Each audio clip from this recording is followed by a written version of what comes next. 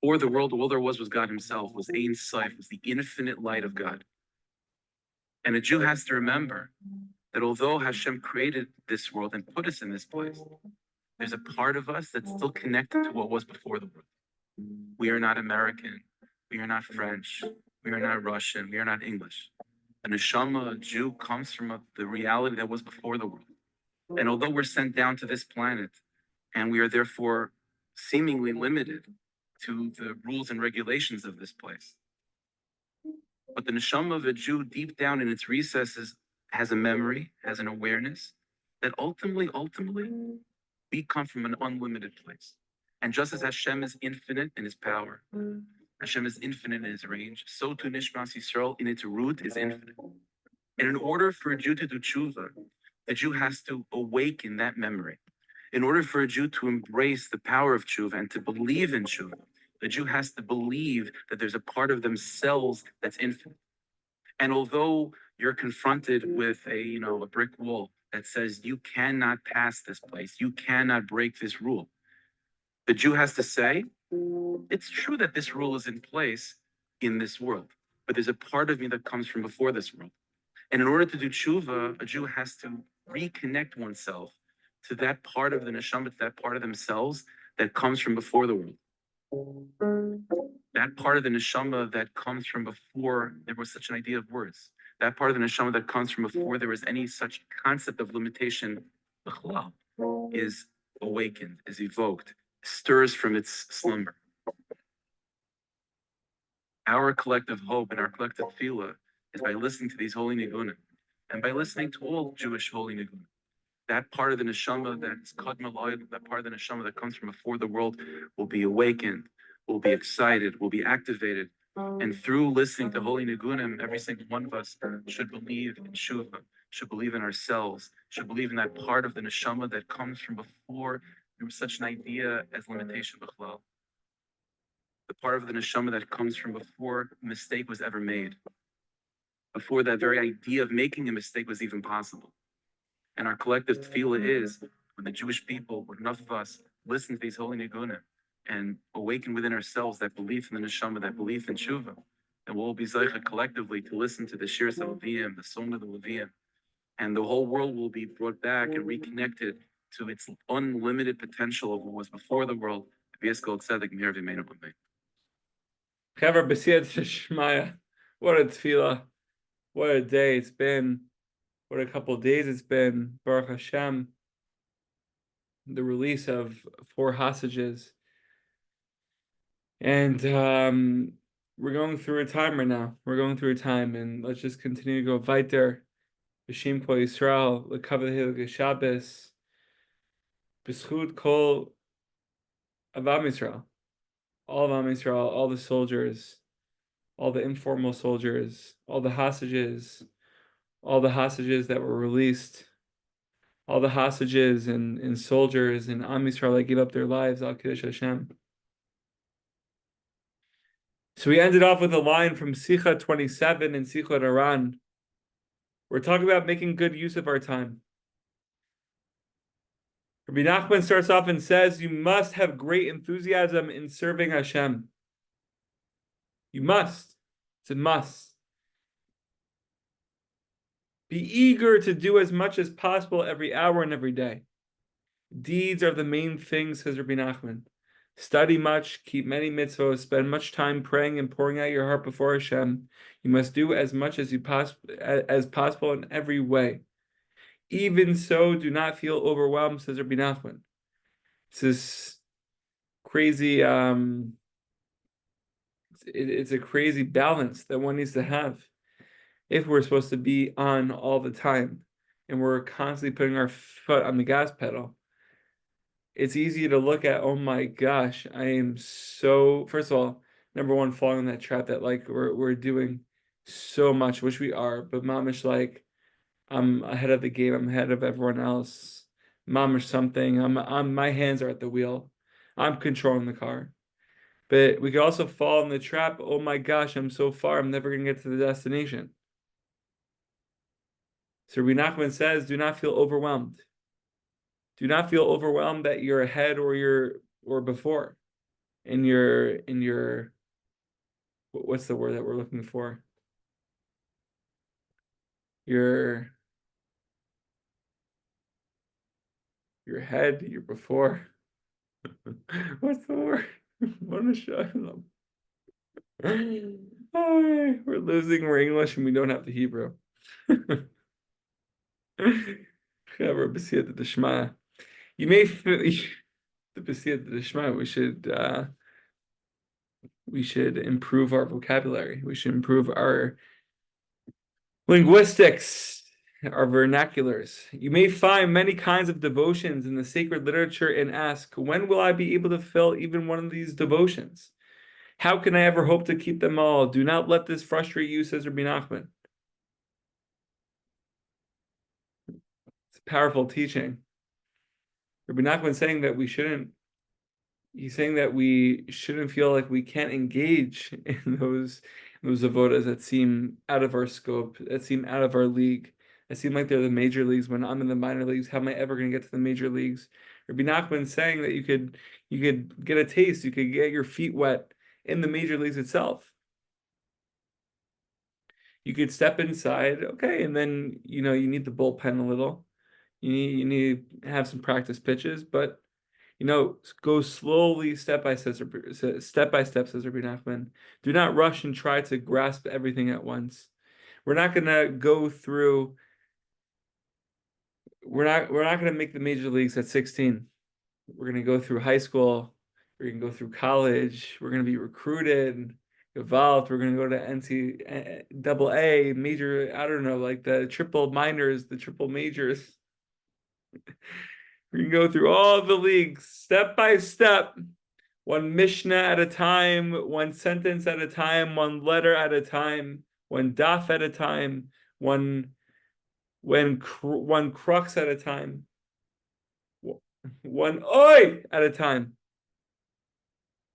one tier at a time. We're gonna get there. Go slowly, step by step. Do not rush and try to grasp everything at once. We'll get to the major leagues, b'siyata d'shmaya. If you're over hasty and try to grasp everything at once, you can become totally confused. When a house burns down, people often rescue the most worthless items. You can do the same in your confusion.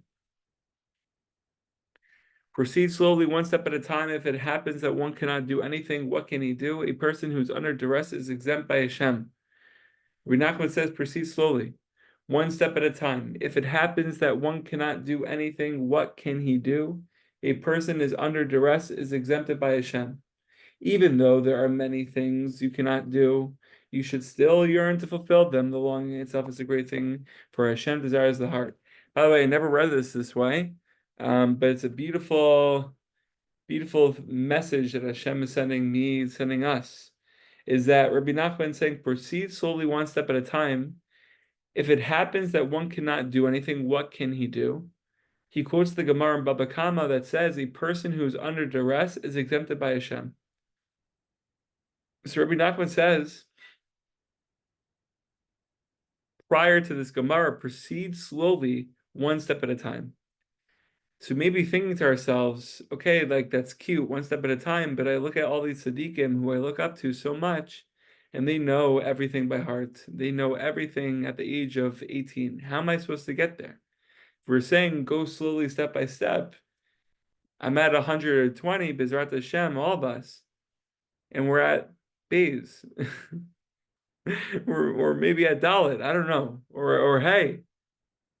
But Rabbeinu, you told us one step at a time. Those one step at a time. The thing what's going on here. Maybe secret is really go one step at a time. Because one step at a time, one letter at a time, we leave this world and we really try and we listen to the advice of the tzaddikim. No, we're not going to grasp everything at once. We're going to go slowly. So everything that I didn't learn that I wanted to learn, Gewalt, I want that too in the Olam HaEmet. And to take this even further, maybe this Gemara is connected to the one in at the end of Moed Katan. The Gemara Moed Katan at the end talks about how the tzaddikim in this world will not rest in the next world, meaning they'll continue to toil. So maybe this is what Rabbi Nachman is saying over here. go one step at a time. And because you're a tzaddik and because you're going one step at a time, in the next world, you're still going to toil. And that's the geschmack of it. You're still going to toil for Torah in the next world. A person who's under duress is exempted by Hashem. Gevalt Hashem, I didn't have so much time to go through Kol Torah Kula in this world. I'm striving to one step at a time. But Hashem is exempting us by giving us the ability to toil in the next world. Wow. I don't know. Rabbi Nachman tells us that think about and change whatever you want in my teachings. I think he says this. If I'm mistaken, then please let me know. But the Shulchan Aruch, the halacha, is that you can't change. You can't change. Rabbi Nachman's words are infinite. Their mamish come from the highest place. They're talking to the highest chavra. I'm sure the pshat that's going on right now, who knows how low it may be. But Gevald, it's connecting to the low too. So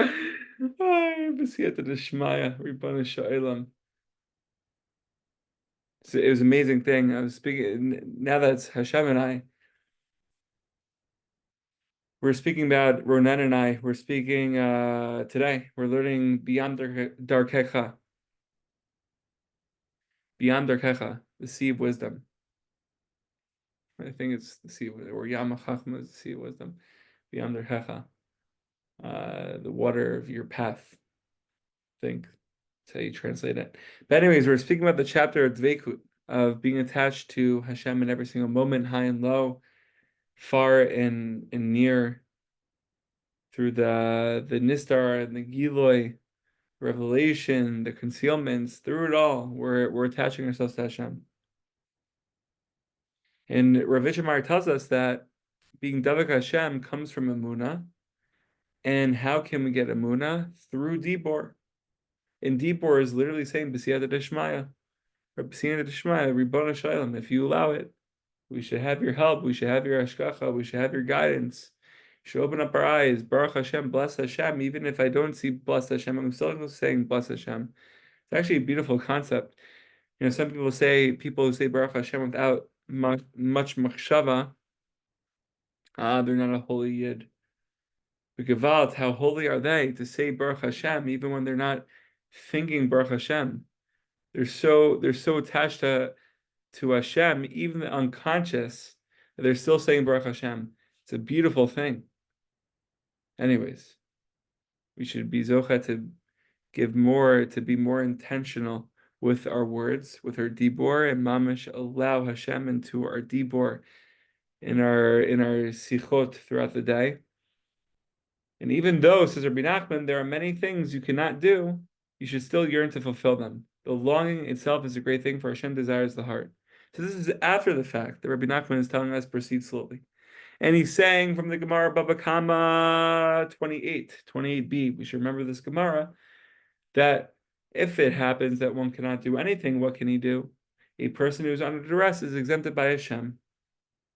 Rabbi Nachman follows up this statement, this teaching, even though there are many things you cannot do, you should still yearn to fulfill them. The longing itself is a great thing, for Hashem desires the heart. So maybe this is what Rabbi Nachman is telling us. Maybe I'm just reading this mamash for the first time. Afterwards, Rabbi Nachman is saying if we're going step by step, if we see that we can't fulfill the entire Torah, we must yearn to fulfill, to learn all the books, to learn from all the tzaddikim, to live the Torah, to fulfill the Torah. The Rebbe had many discussions regarding this, all containing good advice about training oneself to serve Hashem. It cannot be all recorded, but if you are wise and have a desire, you can begin to understand from what we have written. So Rabbi Nachman is saying that longing itself is a great thing, for Hashem desires the heart.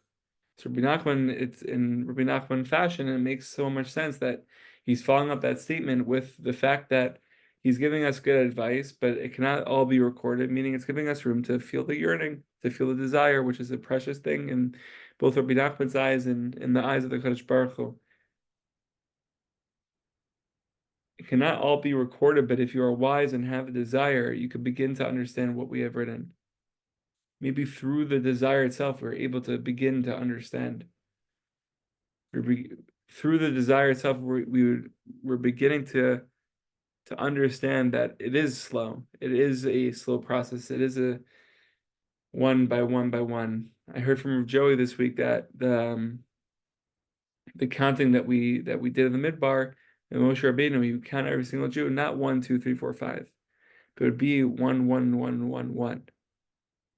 Devout every single yid. Every single yid. It's a whole.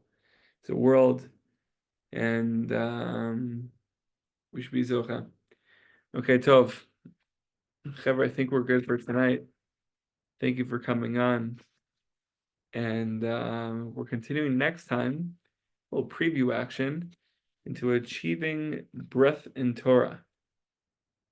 We're going to be speaking about going through all the sacred books in the course of your lifetime, and you will have and visited every place in Torah.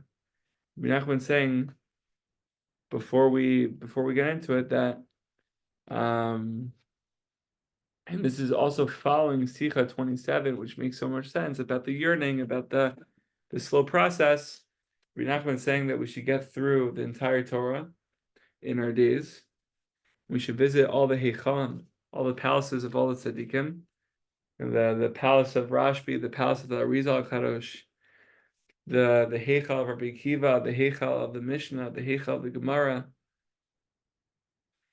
the Heichalim of the Tanakh, the Heichalim of the 5 books of Moses, so deep. B'ezrat Hashem, we should have the desire to return together on Zoom and to learn the teachings of Rabbeinu Zal.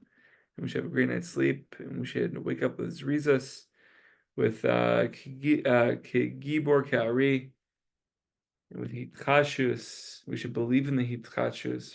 Baal Shem Tov, as Kadosh says, that we can't have kfedus, we can't have heaviness and zkenus in our lives. The heaviness comes from being old and not believing in the idea that Hashem renews all worlds every single moment.